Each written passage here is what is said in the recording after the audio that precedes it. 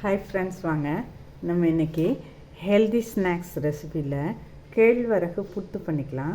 கேழ்வரகு புட்டு பண்ணுறதுக்கு நான் கேழ்வரகு மாவு எடுத்திருக்கேங்க. ஒரு கப்பு மாவு வறுத்துக்கணும். அதனால தான் எண்ணெய் சட்டியில் போடுறேன். அது கூட ஒரு கப்பு அரிசி மாவு போட்டுக்கலாம்.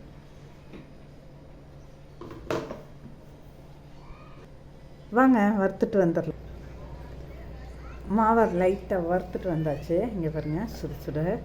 இப்போ வேறு ஒரு பாத்திரத்துக்கு மாற்றிக்கலாம். இந்த மாவுக்கு தேவையான அளவு உப்பு போட்டுக்கலாம். ஒரு 3/4 ஸ்பூன் நான் போடுறேன். நீங்கள் எவ்வளோ மாவு எடுக்கிறீங்களோ அதுக்கு தகுந்தாப்பில் போட்டுக்கோங்க. இந்த மாவு பிணைய பச்சை தண்ணியே போதும். நான் பச்சை தண்ணி தான் எடுத்திருக்கேன். ஒரு அரை செம்பு எடுத்துகிட்டு வந்திருக்கேன். எவ்வளோ தேவைப்படுதோ கொஞ்சம் கொஞ்சமாக தெளித்து பிணைஞ்சிட்டு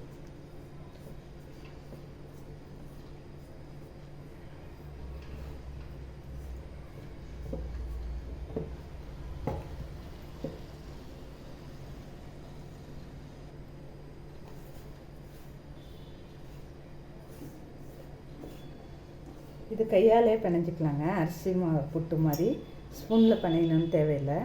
ஏன்னா இது பச்சை தண்ணி, அதை ஊற்றி பிணைஞ்சது நம்ம சுடு தண்ணி. அதனால் இது கேழ்வரகு மாவுங்கிறதுனால இந்த மாதிரி கலரு கொஞ்சம் மாறும், கலராக இருக்கும்.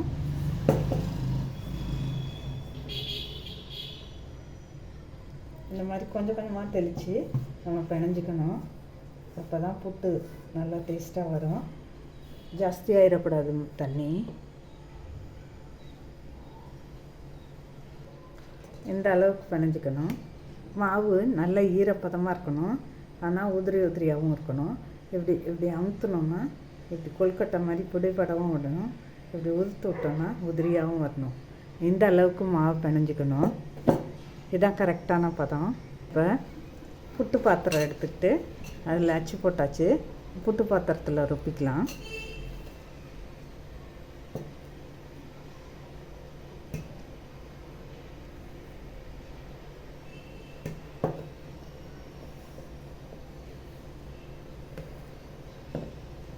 இது கேழ்வரகு புட்டுங்கிறதுனால இதில் அயன், கால்சியம் இதெல்லாம் நிறைய இருக்குங்க.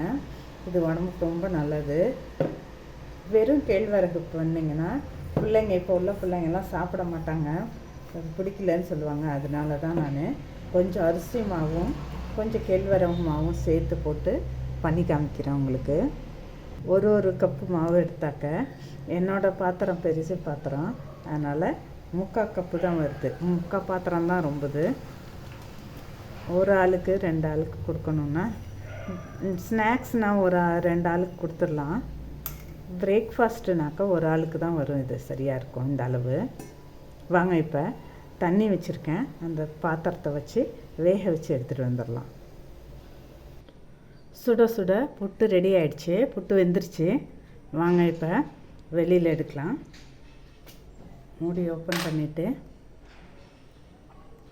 பின்னாடி ஒரு ஸ்பூன் வச்சு இப்படி பண்ணோன்னா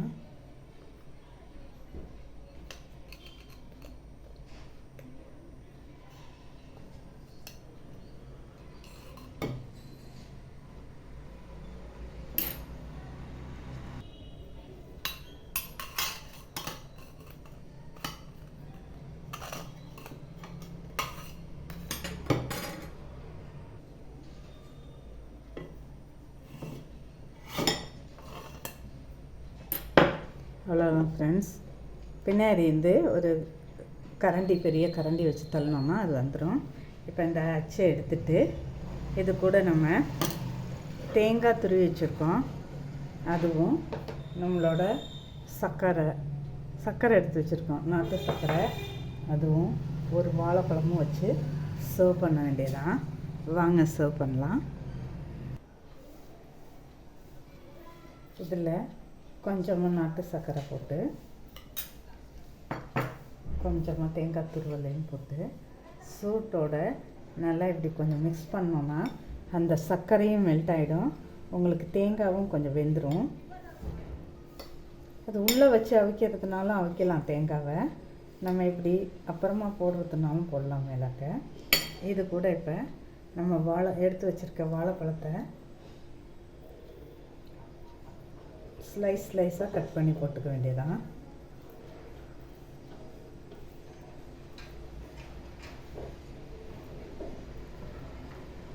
ஸ்லைஸாக கட் பண்ணி போட்டு நம்ம தேங்காய், சர்க்கரை, புட்டு, வாழைப்பழம் எல்லாத்தையும் ஒன்றா சேர்த்து இப்படி எடுத்து அப்படியே சாப்பிட்டு பார்க்கணும்.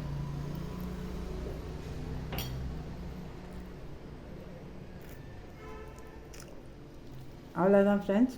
ஓகே, தேங்க்ஸ் ஃபார் வாட்சிங். நல்லா டேஸ்டியாக இருக்குது, வாங்க சாப்பிட்லாம்.